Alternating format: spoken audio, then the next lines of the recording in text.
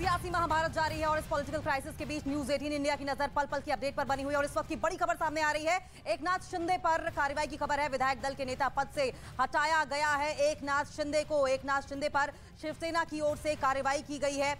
विधायक दल के नेता के तौर पर उन्हें जगह दी गई थी, जिसे अब वापस ले लिया गया है। एकनाथ शिंदे पर शिवसेना की ओर से ये बड़ी कार्रवाई की गई। विधायक दल के नेता पद से हटा दिया गया है। सीएम उद्धव ठाकरे ने ये कार्रवाई की है। आपको बता दें, सीएम और शरद पवार ने एक बैठक भी बुलाई है। सियासी घटनाक्रम पर बीजेपी की भी नजर बनी हुई है और इससे ठीक पहले जानकारी ये सामने आई थी कि उद्धव ठाकरे ने अपने इस्तीफे की पेशकश की है एकनाथ शिंदे के लिए। ये उनका ट्रम्प कार्ड माना जा रहा था, लेकिन अभी जो बड़ी अपडेट सामने आ रही है, एक टर्निंग पॉइंट के तौर पर इसे देखा जा रहा है। शिवसेना की ओर से बड़ी कार्रवाई, खुद सीएम उद्धव ठाकरे ने एकनाथ शिंदे को विधायक दल के नेता के पद से हटा दिया है। ये बड़ा डेवलपमेंट सियासी घटनाक्रम पर लगातार न्यूज 18 इंडिया की नजर बनी हुई है और इस वक्त की बड़ी अपडेट यही कि एकनाथ शिंदे को विधायक दल के नेता के तौर पर बिठाया गया था, उन्हें पद दिया गया था, उस पद से हटा दिया गया है। लगातार एक के बाद एक डेवलपमेंट सामने आ रही है। सीएम उद्धव ठाकरे ने यह कार्रवाई की है। ऐसे में लगातार सवाल यही बना हुआ है कि आखिर शिवसेना की रणनीति क्या है।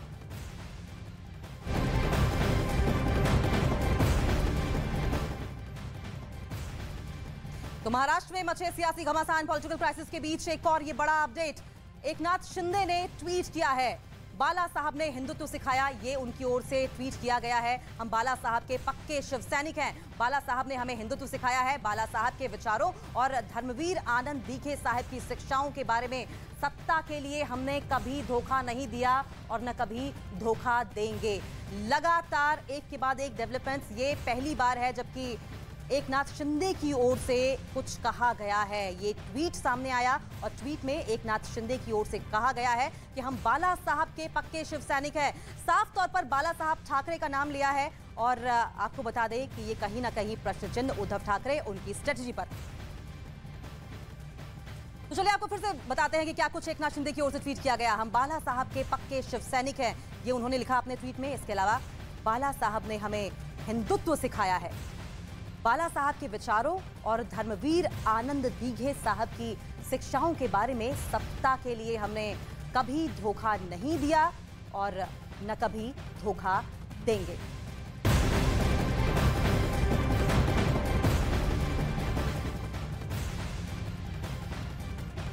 तो महाराष्ट्र की सियासत पर यह बड़ी अपडेट सामने आ रही है। सूरत पहुंचे हैं बीजेपी विधायक संजय कुटे। एकनाथ शिंदे के होटल पहुंचे हैं संजय कुटे। आपको बता दें कि लगातार जानकारी ये सामने आ रही है कि रूठों को मनाने की कोशिश की जा रही है और इस बीच बीजेपी इसे बड़े अवसर पर देख रही है कि वापस किस तरीके से सत्ता के सिंहासन पर काबिज हुआ जाए। और अब जानकारी ये सामने आ रही है कि जहां पर ठहरे हैं एकनाथ शिंदे, वहां पर बीजेपी एमएलए संजय कुटे भी पहुंचे हैं।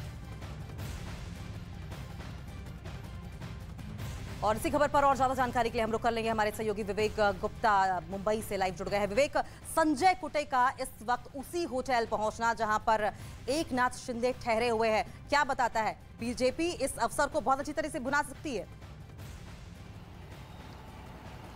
देखिए, बहुत सारे इंडिकेशन अब इसमें सामने आ रहे हैं जिस तरीके से बीजेपी के नेता वहां पे पहुंच रहे हैं। और हम आपको बताना चाहेंगे कि शिवसेना के जो लोग हैं वो उनका साफ तौर पर कहना है कि जो भी जितना अरेंजमेंट है वो सब बीजेपी वहां पे करा रही है, ऐसा शिवसेना का आरोप है। और एकनाथ शिंदे अपने 30 विधायकों के साथ वहां पे होटल के अंदर मौजूद हैं। अब सवाल ये खड़ा हो रहा है कि आखिरकार जब बीजेपी जो उद्धव ठाकरे की टीम है वो बार बार बोल रही है कि अगर उन्हें जाना ही था कहीं पे नाराज होकर तो महाराष्ट्र में क्यों नहीं रहे, गुजरात क्यों चुना? गुजरात इसलिए चुने गया क्योंकि उद्धव ठाकरे साहब तो कहना है कि वहां पे बीजेपी की सरकार है और बीजेपी की पकड़ वहां पे बहुत अच्छी है। यही वजह है कि अब उद्धव ठाकरे पूरी कोशिश कर रहे हैं कि एकनाथ शिंदे और जो बाकी के विधायक हैं उन्हें मनाने के लिए उद्धव ठाकरे ने खुद अपने जो सचिव है शिवसेना के मिलिंद नार्वेकर उनको वहां पे भेजा है और कोशिश की जा रही है कि जो नाराज एकनाथ शिंदे नेता है उनको मना लिया जाए। लेकिन इस पूरे मामले में अब लगता नहीं है कि एकनाथ शिंदे मानेंगे। उन्होंने जो भी अभी जो ताजा ट्वीट किया है उस ट्वीट में साफ तौर पे कहा है कि वो शुरू से ही बाला साहब ठाकरे के सिद्धांतों पे चले हैं और चलते रहेंगे।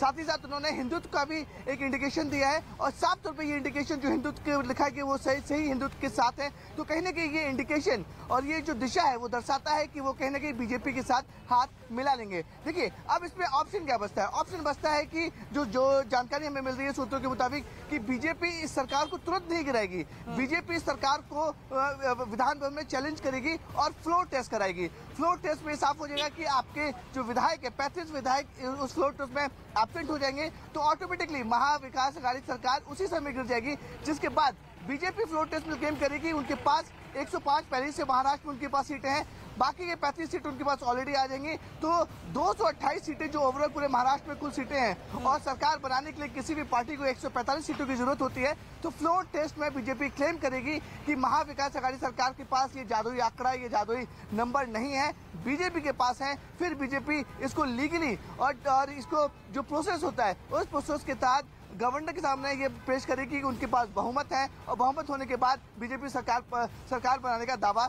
महाराष्ट्र में करेगी। तो ये ओवरऑल जो ब्लूप्रिंट बीजेपी ने तैयार किया है उसके हिसाब से अगर देखा जाए तो बीजेपी तैयार करेगी कि और फ्लोर टेस्ट पे मांग करेगी। फ्लोर टेस्ट पे अगर महाविकास अघाड़ी सरकार के पास 145 से ज्यादा विधायक हैं तो फ्लोर टेस्ट में वो प्रूव करें।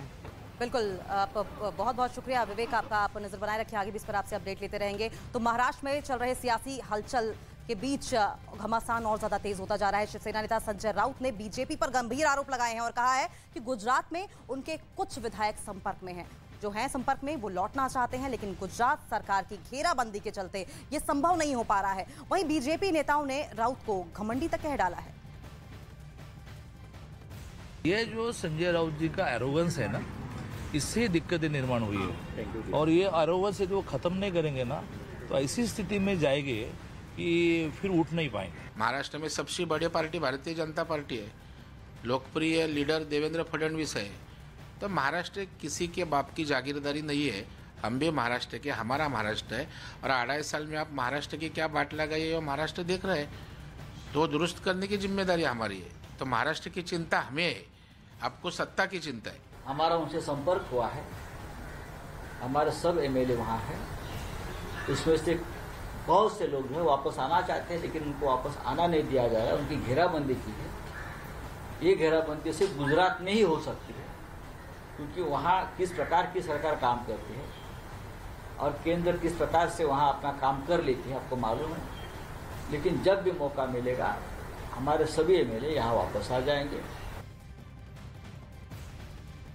तो महाराष्ट्र में सियासी संकट अचानक से नहीं आया, जिसकी शुरुआत इसी महीने 10 जून से शुरू हो गई थी, जब राज्यसभा उम्मीदवार के लिए चुनाव में वोटिंग हुई थी।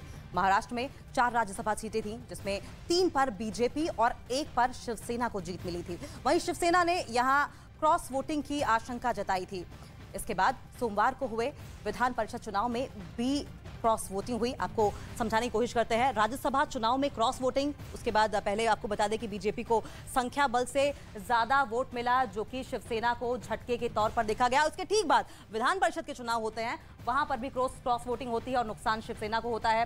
बीजेपी के 5 उम्मीदवार जीतते हैं और आपको बता दें कि शिवसेना और एनसीपी के उम्मीदवार ही जीत पाते हैं। कांग्रेस को 1 सीट मिलती है। इसमें दोनों ही चुनाव में संख्या बल कम होने के बावजूद बीजेपी जीत जाती है। बीजेपी को अपने विधायकों से ज्यादा वोट मिलते हैं। एक तरीके से शिवसेना के लिए डबल जोल्ट माना जा रहा है। विधान परिषद के रिजल्ट के 24 घंटे के भीतर देखिए किस तरीके से एकनाथ शिंदे के बागी तेवर देखने को मिलते हैं और एकनाथ शिंदे पहुंच जाते हैं गुजरात तमाम विधायकों को लेकर। और दावा एकनाथ शिंदे की ओर से अब यह किया जा रहा है कि लगभग 30 विधायक ऐसे हैं जो कि बागी हैं, उनके साथ हैं। और अब जिस तरीके से ट्वीट एकनाथ शिंदे की ओर से किया गया है, इंडिकेशन यही है कि हो सकता है वो बीजेपी का दामन थाम ले। हालांकि शिवसेना की ओर से कोशिश पूरी की जा रही है कि जल्द से जल्द उन्हें मना लिया जाए, सरकार को बचा लिया जाए। सूरत पहुंचे हैं शिवसेना के विधायक, उनके साथ साथ इसके अलावा आपको बता दें कि शिवसेना की ओर से कुछ विधायकों को वहां पर भेजा गया है जिससे कि एकनाथ शिंदे को मनाया जा सके। और कैसे आज सुबह से शुरू हुआ महाराष्ट्र का ये पूरा सियासी महाभारत, आपको महाराष्ट्र, गुजरात और दिल्ली की हलचल समेत क्या कुछ घटा, क्या कुछ बड़ा डेवलपमेंट हुआ, इस रिपोर्ट के जरिए दिखाते हैं।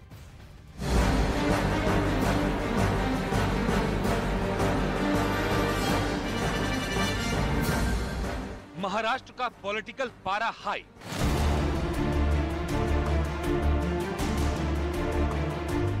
महाराष्ट्र में नई सियासी महाभारत।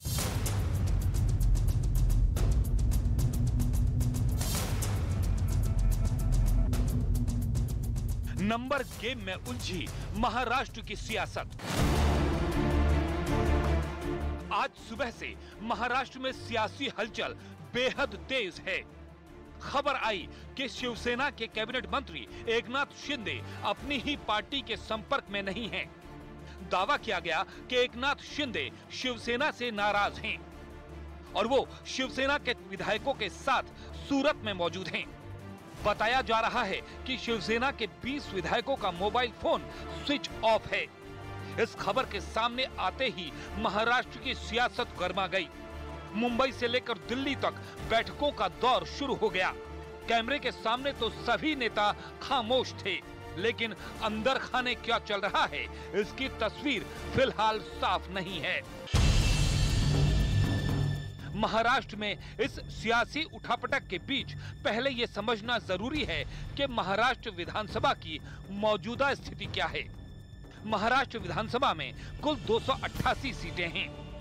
महाराष्ट्र में सरकार बनाने के लिए 145 विधायकों का समर्थन जरूरी है, जिसमें 105 सीटों के साथ बीजेपी सबसे बड़ी पार्टी है। महाअघाड़ी में शिवसेना के 56, एनसीपी के 54 और कांग्रेस के पास 44 विधायक हैं। इसके अलावा निर्दलीय विधायकों के साथ उद्धव सरकार विधानसभा में 169 के आंकड़े पर थी। 28 नवंबर 2019 को शिवसेना, एनसीपी और कांग्रेस ने महाअघाड़ी बनाकर महाराष्ट्र में सरकार बनाई और करीब 2.5 साल बाद सरकार के सामने पहली परीक्षा राज्यसभा चुनाव के वक्त आई। राज्यसभा चुनाव में बीजेपी अपने 3 उम्मीदवार जिताने में कामयाब रही। शिवसेना के दूसरे उम्मीदवार को हार का सामना करना पड़ा। संजय राउत के इस प्रकार से भड़काऊ भाषणों से, जिसको मराठी में कहते हैं कि चुभने वाले बातों से ही ये सारे प्रॉब्लम निर्माण हुए हैं उनकी पार्टी में भी, और लोग इसको बर्दाश्त नहीं करेंगे। इसका उदाहरण एकनाथ शिंदे जी की बगावत है। नंबर गेम में कम होने के बावजूद बीजेपी के तीसरे उम्मीदवार की जीत के बाद ये आशंका जताई गई कि राज्यसभा चुनाव में शिवसेना के कुछ विधायकों ने क्रॉस वोटिंग की। इसके बाद तो विधान परिषद चुनाव में पार्टी को एक और झटका लगा। 10 सीटों के लिए हुए विधान परिषद चुनाव में बीजेपी ने अपनी क्षमता से एक अधिक उम्मीदवार खड़ा किया था। सोमवार को हुए चुनाव में बीजेपी के 5 उम्मीदवार जीते। एनसीपी और शिवसेना के 2-2 उम्मीदवारों को जीत मिली है। कांग्रेस को 1 सीट पर जीत मिली है। महाराष्ट्र विधान परिषद चुनाव में भाजपा का भव्य विजय, यानी ठाकरे सरकार की उल्टी गिनती का प्रारंभ। अब ठाकरे सरकार कुछ दिन की मेहमान है। देवेंद्र फडणवीस जी का अभिनंदन। बीजेपी की जीत ने महाराष्ट्र की सियासी गणित को पलट कर रख दिया। पहले राज्यसभा और फिर विधान परिषद चुनाव में देवेंद्र फडणवीस हीरो बनकर सामने आए। फडणवीस का महाराष्ट्र की राजनीति में दबदबा और रणनीतिक कौशल सामने आया। विधान परिषद के चुनाव में संख्या बल के हिसाब से कांग्रेस प्रत्याशी को जीत के लिए 12 अतिरिक्त मतों की जरूरत थी, जबकि बीजेपी को 22 अतिरिक्त मत चाहिए थे। देवेंद्र फडणवीस राज्यसभा चुनाव की तरह विधान परिषद चुनाव में भी कुछ छोटे दलों, निर्दलीय विधायकों को जोड़कर अतिरिक्त वोट जुटाने में सफल रहे। बीजेपी को विधान परिषद चुनाव में कुल 134 मत मिले, यानी बीजेपी के पक्ष में 29 विधायकों ने ज्यादा वोट किया। सत्ता पक्ष को शक है कि चुनाव के दौरान क्रॉस वोटिंग हुई, जिसका फायदा बीजेपी को मिला। विधान परिषद चुनाव के रिजल्ट आए अभी 24 घंटे भी नहीं हुए थे कि महाराष्ट्र की सियासत में नया महाभारत शुरू हो गया।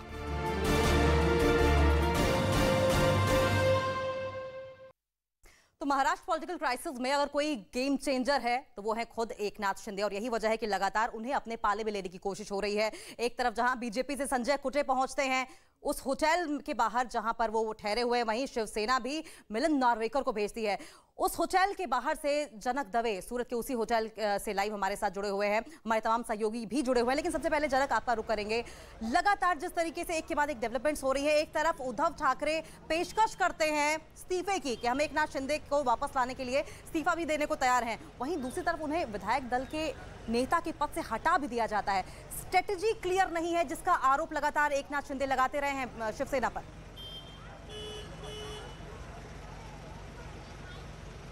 बिल्कुल, और शायद यही वजह थी कि वो नाराज़ होकर बाकी जो विधायक हैं उनके साथ यहाँ पर ये जो मेरिडियन होटल सामने जो दिख रहा है वहाँ पर वो कल से ही रात से ही कैंप लगाए हैं। जो मेरी जानकारी है उसके मुताबिक भाई 22 विधायक जो शिवसेना के हैं वो उनके साथ है। उसके अलावा थोड़ी देर पहले यहाँ पर बीजेपी जो जलगांव के विधायक हैं संजय कुटे वो भी वहाँ पर अंदर गए हैं और भी 6 से 7 विधायक हैं वो अभी किसी भी वक्त यहाँ पर पहुँच सकते हैं। तो कुल मिलाकर कहें कि एंटी डिफेक्शन वाली बात ना हो और इस बार प्रॉपर प्लानिंग के साथ जाएं। सरकार बनती दिख रही है इनको और इसी के चलते उद्धव ठाकरे ने अपनी सरकार बचाने के लिए ये पूरा जो दाव है वो खेला है कि एकनाथ शिंदे आ जाए वापिस, वो इस्तीफा देने के तैयार है। अगर यही बात पहले उनके सुनी जाती तो शायद ये स्थिति नहीं होती, क्योंकि आरोप तो ये भी लगाए जा रहे हैं जो अंदर से जो बातें आ रही हैं कि जिस तरीके से पार्टी में काम चल रहा था उसकी समय समय पर इन्होंने बातें रखी लेकिन उनकी अनदेखी कर दी गई और उसके बाद ही उनको ये कदम उठाना पड़ा। कुछ नेताओं की जो एरोगेंसी थी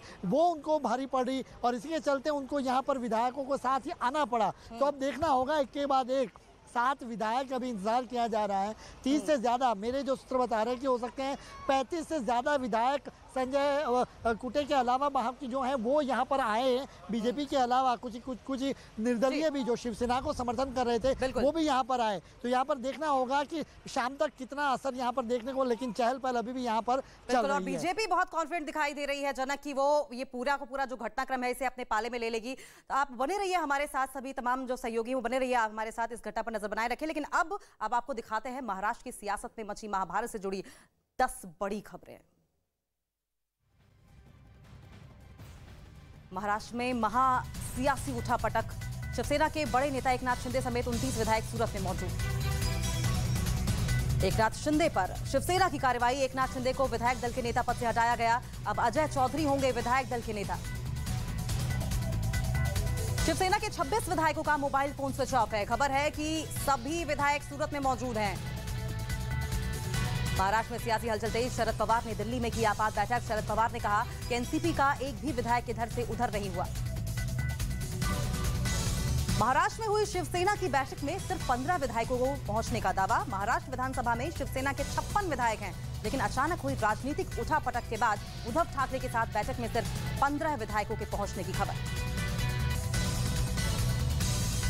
महाराष्ट्र विधानसभा में कुल 288 सीटें हैं। महाराष्ट्र में सरकार बनाने के लिए 145 विधायकों का समर्थन जरूरी, जिसमें 105 सीटों के साथ बीजेपी सबसे बड़ी पार्टी है। महाविकास अघाड़ी में शिवसेना के 56, एनसीपी के 54 और कांग्रेस के पास 44 विधायक हैं। महाराष्ट्र में सियासी हलचल के बीच बीजेपी राष्ट्रीय अध्यक्ष जेपी नड्डा और गृह मंत्री अमित शाह की मुलाकात। बैठक के बाद दोनों नेता एक ही गाड़ी में निकले। महाराष्ट्र में सियासी हलचल पर पूर्व सीएम और कांग्रेस नेता पृथ्वीराज चौहान का बयान, कहा शिवसेना का अंदरूनी मामला है, लेकिन विधायकों की संख्या अगर कम हुई तो ये चिंता का विषय है। सूत्रों के मुताबिक एकनाथ शिंदे अपने समर्थक विधायकों के साथ 5 जून को ही सूरत जाने वाले थे। शिंदे ने कहा है कि ये फैसला भी ले लिया था, लेकिन एनसीपी अध्यक्ष शरद पवार ने एकनाथ शिंदे को ऐसा न करने को कहते हुए रोक दिया था। महाविकास अघाड़ी सरकार के विधायकों को मुंबई पहुंचने के निर्देश। तीनों पार्टियों के जो विधायक संपर्क में हैं उन्हें मुंबई पहुंचने के दिए गए हैं निर्देश।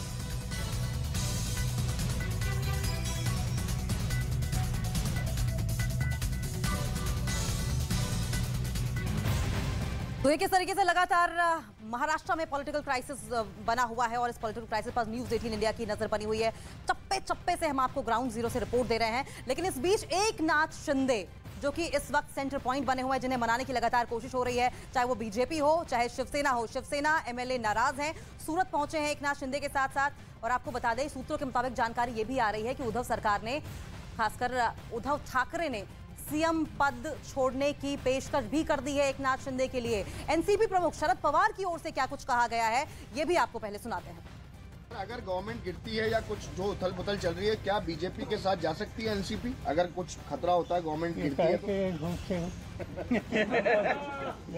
तो सर अगर सरकार गिर जाएगी तो कहीं तो एनसीपी जाएगी, अपोजिशन में भी सकती है, बीजेपी के साथ नहीं जाएगी। लेकिन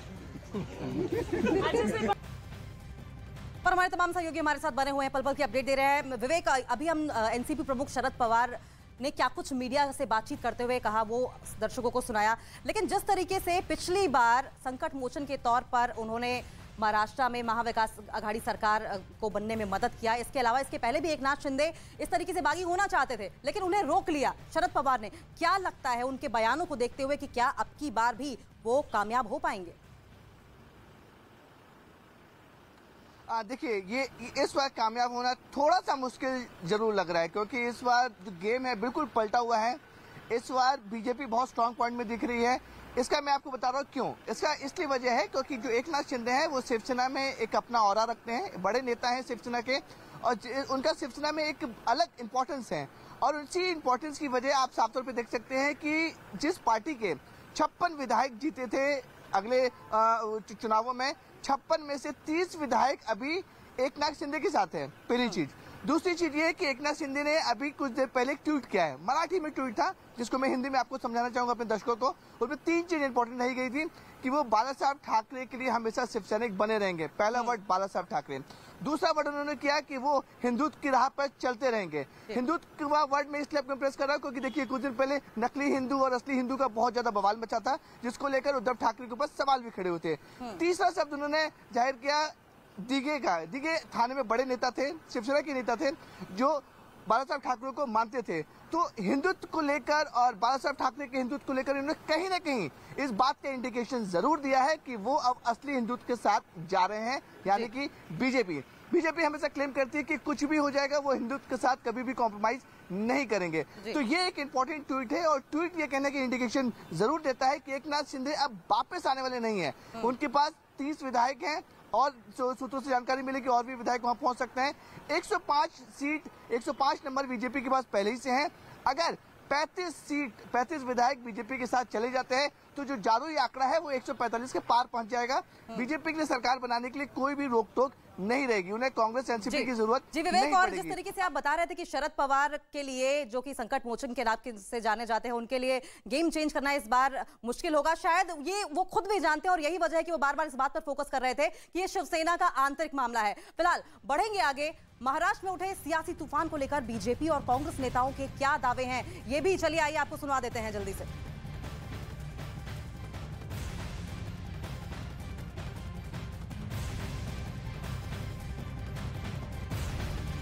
महाराष्ट्र विधान परिषद चुनाव में भाजपा का भव्य विजय, यानी ठाकरे सरकार की उल्टी गिनती का प्रारंभ। अब ठाकरे सरकार कुछ दिन की मेहमान है। देखो, भाजपा की जो राजनीति है, केंद्र की सत्ता का दुरुपयोग, केंद्र की तपास यंत्रणा का दुरुपयोग और सत्ता से पैसा, और उसमें और सत्ता कैसे कमाना, यही उनकी रणनीति रही है। ये असत्य की तरफ भारतीय लोकतंत्र को लेके जा रही है, और इसलिए सत्य की विजय होगी।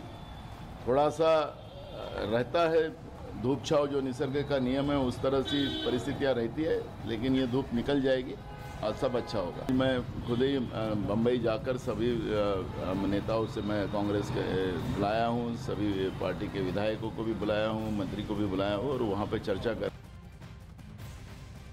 एकनाथ शिंदे वो नाम जिस पर सबकी नजरें टिकी हुई है, लेकिन एकनाथ शिंदे को आखिर गुस्सा क्यों आया, ये बड़ा सवाल बना हुआ है। शिंदे का आला कमान पर अनदेखी का आरोप है। गुस्से की पहली बड़ी ये वजह माने जा रही है कि उनकी अनदेखी की गई, उनके कद के मुताबिक उन्हें जिम्मेदारी नहीं दी गई, उन्हें सुना नहीं गया। शिंदे ने अपने मंत्रालय में हस्तक्षेप का भी आरोप लगाया है कि वो जिस तरीके से काम करना चाहते थे उन्हें करने नहीं दिया गया, इंटरफेयर किया गया। शिंदे विरोधी दूसरे नेताओं को महत्व देने का भी आरोप एकनाथ शिंदे की ओर से शिवसेना पर लगाया गया। इसके अलावा शिवसेना के कोटे से कम मंत्री बनाने का भी आरोप एकनाथ शिंदे ने लगाया है।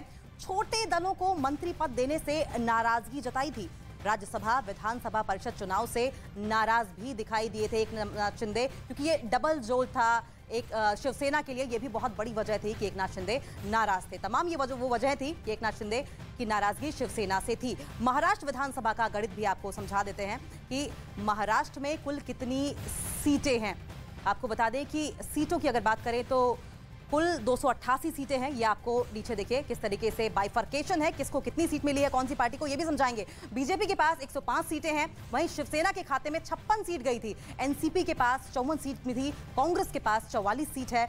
तो कुल मिलाकर अगर जादुई आंकड़ों की बात करें तो 145 का मैजिकल फिगर है, जिसे अगर कुछ और सीटें बीजेपी के पाले में आ जाती हैं तो बीजेपी सरकार बनाने में कामयाब हो जाएगी। ये बड़ी वजह है कि अब शिवसेना, खासकर उद्धव ठाकरे के माथे पर चिंता की लकीरें खींचनी शुरू हो गई हैं।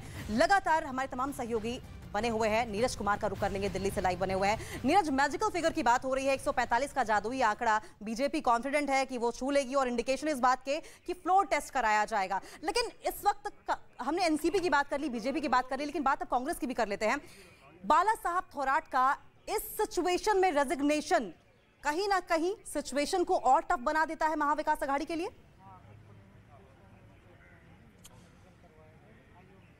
देखिए, महाराष्ट्र विकास अघाड़ी के लिए तो नहीं, लेकिन कांग्रेस के लिए थोड़ा मुश्किल जरूर हो गया। खासकर कांग्रेस पार्टी की तरफ से उनके उम्मीदवार को न जिताने की जिम्मेदारी बाला साहब थोराट ने ली है, ये कह सकते हैं। लेकिन सबसे महत्वपूर्ण जिम्मेदारी दी गई है मध्य प्रदेश के पूर्व मुख्यमंत्री कमलनाथ को। कमलनाथ को नियुक्त किया है कांग्रेस अध्यक्ष सोनिया गांधी ने महाराष्ट्र के संकट को देखने के लिए। उनके सामने दो टास्क होगा। पहला ये कि कांग्रेस के अंदर जो इंटरनल सैबोटाज हुआ है विधान परिषद के चुनाव में, उसको ठीक करे, और महाराष्ट्र विकास अघाड़ी के ऊपर जो अभी संकट आया है उसमें कांग्रेस अपनी भूमिका निभाए। लेकिन सबसे महत्वपूर्ण बात है पूरे मामले में वो ये कि पहली बार, आपको याद होगा पिछली बार एनसीपी पे संकट आया था जब अजीत पवार ने सरकार बना ली थी भारतीय जनता पार्टी के साथ, लेकिन इस बार शिवसेना के अंदर का संकट है। और शरद पवार ने अपने प्रेस वार्ता में भी इस बात का जिक्र किया है कि यह शिवसेना का मसला है और वो देखेंगे। लेकिन शिवसेना की तरफ से जिस तरह से कार्रवाई की गई, सख्त कार्रवाई कह सकते हैं एकनाथ शिंदे के खिलाफ, जो उन्होंने अपने विधायक दल का नेता बदला है, तो ये महत्वपूर्ण है। लेकिन देखना होगा कि एकनाथ शिंदे जितने विधायकों का दावा कर रहे हैं, क्या उतने विधायक उनके साथ आते हैं। ये बात जरूर है कि भारतीय जनता पार्टी और शिवसेना के जो नेता हैं उनके बीच की एक बुनहोमी है, क्योंकि महाराष्ट्र में बहुत लंबे वर्ष तक बीजेपी और शिवसेना के बीच गठबंधन रहा है। एनसीपी, कांग्रेस देख रहे हैं, शरद पवार अपनी भूमिका जरूर निभाएंगे आज शाम को जब पहुंचेंगे। लेकिन कमलनाथ भी आज शाम तक या कल पहुंच जाएंगे मुंबई कांग्रेस के संकट को सुलझाने।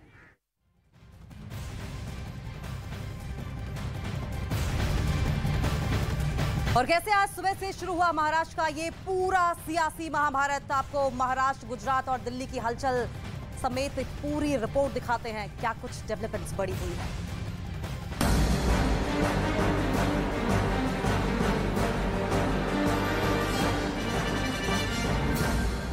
महाराष्ट्र का पॉलिटिकल पारा हाई।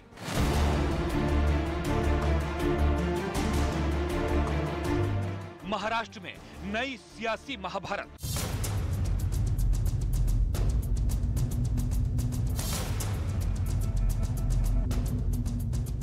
नंबर गेम में उलझी महाराष्ट्र की सियासत। आज सुबह से महाराष्ट्र में सियासी हलचल बेहद तेज है। खबर आई कि शिवसेना के कैबिनेट मंत्री एकनाथ शिंदे अपनी ही पार्टी के संपर्क में नहीं हैं। दावा किया गया कि एकनाथ शिंदे शिवसेना से नाराज हैं और वो शिवसेना के विधायकों के साथ सूरत में मौजूद हैं। बताया जा रहा है कि शिवसेना के 20 विधायकों का मोबाइल फोन स्विच ऑफ है। इस खबर के सामने आते ही महाराष्ट्र की सियासत गर्मा गई। मुंबई से लेकर दिल्ली तक बैठकों का दौर शुरू हो गया। कैमरे के सामने तो सभी नेता खामोश थे, लेकिन अंदर खाने क्या चल रहा है इसकी तस्वीर फिलहाल साफ नहीं है। महाराष्ट्र में इस सियासी उठापटक के बीच पहले यह समझना जरूरी है कि महाराष्ट्र विधानसभा की मौजूदा स्थिति क्या है। महाराष्ट्र विधानसभा में कुल 288 सीटें हैं। महाराष्ट्र में सरकार बनाने के लिए 145 विधायकों का समर्थन जरूरी है, जिसमें 105 सीटों के साथ बीजेपी सबसे बड़ी पार्टी है। महाअघाड़ी में शिवसेना के 56, एनसीपी के 54 और कांग्रेस के पास 44 विधायक हैं। इसके अलावा निर्दलीय विधायकों के साथ उद्धव सरकार विधानसभा में 169 के आंकड़े पर थी। 28 नवंबर 2019 को शिवसेना, एनसीपी और कांग्रेस ने महाअघाड़ी बनाकर महाराष्ट्र में सरकार बनाई। और करीब 2.5 साल बाद सरकार के सामने पहली परीक्षा राज्यसभा चुनाव के वक्त आई। राज्यसभा चुनाव में बीजेपी अपने 3 उम्मीदवार जिताने में कामयाब रही। शिवसेना के दूसरे उम्मीदवार को हार का सामना करना पड़ा। संजय राउत के इस प्रकार से भड़काऊ भाषणों से, जिसको मराठी में कहते हैं कि चुभने वाले बातों से ही ये सारे प्रॉब्लम निर्माण हुए उनकी पार्टी में भी, और लोग इसको बर्दाश्त नहीं करेंगे। इसका उदाहरण एकनाथ शिंदे जी की बगावत है। नंबर गेम में कम होने के बावजूद बीजेपी के तीसरे उम्मीदवार की जीत के बाद ये आशंका जताई गई कि राज्यसभा चुनाव में शिवसेना के कुछ विधायकों ने क्रॉस वोटिंग की। इसके बाद तो विधान परिषद चुनाव में पार्टी को एक और झटका लगा। 10 सीटों के लिए हुए विधान परिषद चुनाव में बीजेपी ने अपनी क्षमता से एक अधिक उम्मीदवार खड़ा किया था। सोमवार को हुए चुनाव में बीजेपी के 5 उम्मीदवार जीते। एनसीपी और शिवसेना के 2-2 उम्मीदवारों को जीत मिली है। कांग्रेस को 1 सीट पर जीत मिली है। महाराष्ट्र विधान परिषद चुनाव में भाजपा का भव्य विजय, यानी ठाकरे सरकार की उल्टी गिनती का प्रारंभ। अब ठाकरे सरकार कुछ दिन की मेहमान है। देवेंद्र फडणवीस जी का अभिनंदन। बीजेपी की जीत ने महाराष्ट्र की सियासी गणित को पलट कर रख दिया। पहले राज्यसभा और फिर विधान परिषद चुनाव में देवेंद्र फडणवीस हीरो बनकर सामने आए। फडणवीस का महाराष्ट्र की राजनीति में दबदबा और रणनीतिक कौशल सामने आया। विधान परिषद के चुनाव में संख्या बल के हिसाब से कांग्रेस प्रत्याशी को जीत के लिए 12 अतिरिक्त मतों की जरूरत थी, जबकि बीजेपी को 22 अतिरिक्त मत चाहिए थे। देवेंद्र फडणवीस राज्यसभा चुनाव की तरह विधान परिषद चुनाव में भी कुछ छोटे दलों, निर्दलीय विधायकों को जोड़कर अतिरिक्त वोट जुटाने में सफल रहे। बीजेपी को विधान परिषद चुनाव में कुल 134 मत मिले, यानी बीजेपी के पक्ष में 29 विधायकों ने ज्यादा वोट किया। सत्ता पक्ष को शक है कि चुनाव के दौरान क्रॉस वोटिंग हुई, जिसका फायदा बीजेपी को मिला। विधान परिषद चुनाव के रिजल्ट आए अभी 24 घंटे भी नहीं हुए थे कि महाराष्ट्र की सियासत में नया महाभारत शुरू हो गया।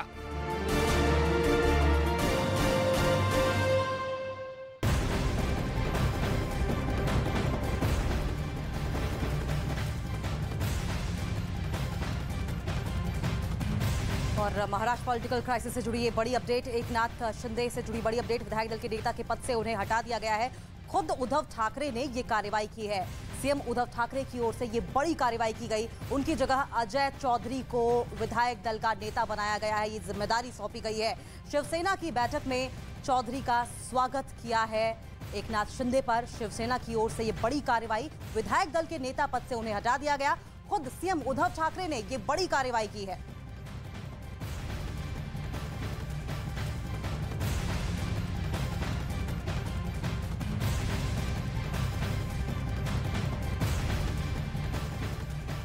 और सूत्रों के हवाले से ये बहुत बड़ी खबर हमने आपको बताई कि एक तरफ उद्धव ठाकरे ने इस्तीफे की पेशकश की, वहीं आपको बता दें कि साथ साथ विधायक दल के नेता के पद से भी हटा दिया है एकनाथ शिंदे को। फिलहाल बढ़ते आगे, महाराष्ट्र में चल रहे सियासी घमासान आपको बता दें कि लगातार तेज होता जा रहा है। शिवसेना नेता संजय राउत ने बीजेपी पर गंभीर आरोप लगाए हैं। कहा यह है कि गुजरात में उनके कुछ विधायक संपर्क में हैं, वो लौटना चाहते हैं, लेकिन गुजरात सरकार की घेराबंदी के चलते ये संभव नहीं हो पा रहा है। वहीं बीजेपी नेताओं ने राउत को घमंडी कहा है।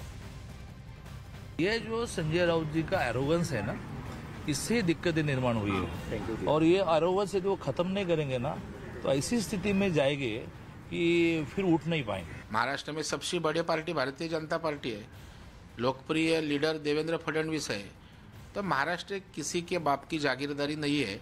हम भी महाराष्ट्र के, हमारा महाराष्ट्र है, और 2.5 साल में आप महाराष्ट्र की क्या बाट लगाई है, महाराष्ट्र देख रहे हैं। तो दुरुस्त करने की जिम्मेदारी हमारी है। तो महाराष्ट्र की चिंता हमें है, आपको सत्ता की चिंता है। हमारा उनसे संपर्क हुआ है, हमारे सब एमएलए वहाँ हैं।